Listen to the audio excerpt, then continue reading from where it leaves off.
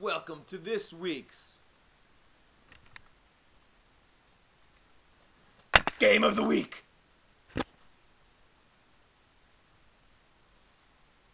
Oh, wrong way. Alright. So, this week's Game of the Week between Cologne Centurions and Team Durchfalle. Both 4-2. Both trying to stay in the elite pack. One gonna fall to 4-3 and be with all the dregs. One gonna be 5-3 and looking good. It's gonna be a really interesting matchup. ESPN has Durchfalle favored by 10 in Centurions' house, no less. Gotta hurt Centurions' feelings. We'll go inside the matchup. We'll see why. Let's see here. Let's see. Centurions bringing Matt Castle to the pack. Not the greatest. Durchfalle catching him on a good week. Castle, Casey, hasn't been really getting the points you would like in fantasy. But going against the Jacksonville defense, not the worst, not the greatest. Jacksonville gave up points through the air to Tennessee and Kerry Collins, so they can give it up to anybody. But he's got Peyton Manning sitting on the bench because of a bye week. We'll see how that turns out for him. On the other side, Durchfalle maybe slapped some sense into him last week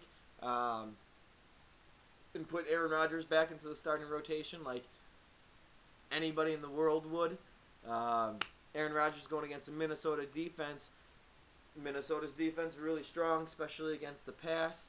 I see Rodgers putting up about 16 points this week, but compared to Matt Castle's 8 points, big edge to Rodgers.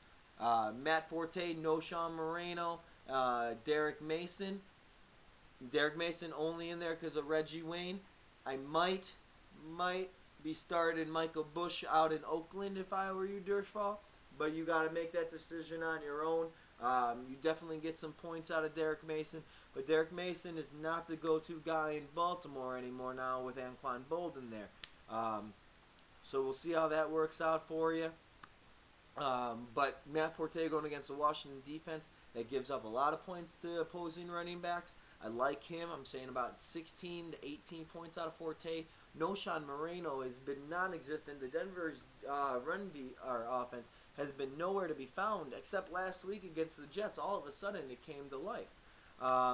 We'll see if Noshan keeps it up. Going against Oakland's defense, definitely can give up some points to fantasy running backs. We'll see if Moreno gets the bulk share there in Denver.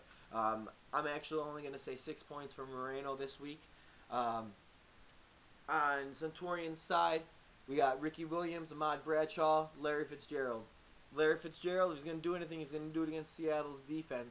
But here's the big problem, actually. The rule changes with with the no head hits because, you know, that's not what us fans want to see. We don't want to see hard hits in football anymore. No. That would be crazy. Larry Fitzgerald has a lot more chance to get hurt because of how high he jumps, what he goes for. So he's going to be getting hit around the knees, the thighs, the oof. That's how he got hurt last year. Look for it to maybe continue this year. Not like it's going to matter. He's not having a giant fantasy impact like moi expected. Ahmad Bradshaw is turning into a beast against Dallas's defense. Dallas has been pretty strong against the run, but Ahmad Bradshaw has been a little bit stronger against the good run defenses.